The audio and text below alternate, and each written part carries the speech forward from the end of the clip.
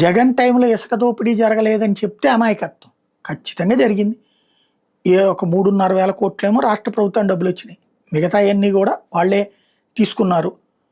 అదే సందర్భంలో ఇసుక అందుబాటులో ఉంది. ప్లస్ ప్రభుత్వానికి డబ్బులు వచ్చినాయి. కాకపోతే రేట్ ఎక్కువైంది ఆ రోజు. అదే బిల్డర్లలో ఆగ్రహం తెప్పించింది. సాధారణ ప్రజల్లో ఆగ్రహం తెప్పించింది. పేరుకి 300 రూపాయలు అంట టన్నుకి వచ్చేటప్పటికి తీరా చూస్తే ఇంటి దగ్గరికి చేరేటప్పటికి ఒక 10 టన్నులు వచ్చేటప్పటికి 30,000 25,000. అదేమంటే లారీది. లారీ వాళ్ళు తెచ్చుకుంటే నువ్వు పోసిచ్చే పరిస్థితి ఎందుకు చేయలేకపోయారంటే అది ప్యూర్లీ ఫెయిల్యూర్. బట్ ఇప్పుడేం జరుగుతుంది? ఉచితం అన్న పేరుతో ఏం జరుగుతుంది?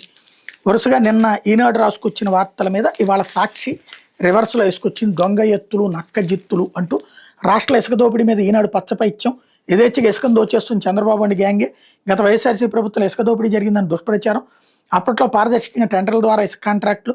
ఫలితంగా ఇసుక మీద ప్రభుత్వానికి ఏటా 750 కోట్ల చొప్పున 5 ఏళ్లలో 3,750 కోట్ల ఆదాయం. చంద్రబాబు ప్రభుత్వం వచ్చాక పరిస్థితి రివర్స్. ఇప్పుడు ప్రభుత్వానికి చిల్లిగా ఆదాయం లేదు. అప్పుడు ఇప్పుడు చంద్రబాబు ఇంటి వెనకే అక్రమంగా ఇసుక తవ్వకాలు. గతంలో ఆ తవ్వకాల మీద 100 కోట్ల జరిమానా విధించిన ఎన్జీటీ ఇసుక అక్రమాల మీద కేసు నమోదు చేసిన సిట్. ఇప్పుడు ఎక్కడా రాష్ట్రంలో ఉచితంగా ఇసుక దొరకని వైను. నదులు వాగులు వంకలు పొలాల్లోనూ యథేచ్ఛగా ఇసుక అక్రమ తవ్వకాలు. ఇన్ని వాస్తవాలకు అల్లెదుటే కనిపిస్తున్న పచ్చపత్రిక తప్పుడు కథనం అన్నటువంటిది హైలైట్ చేశారు.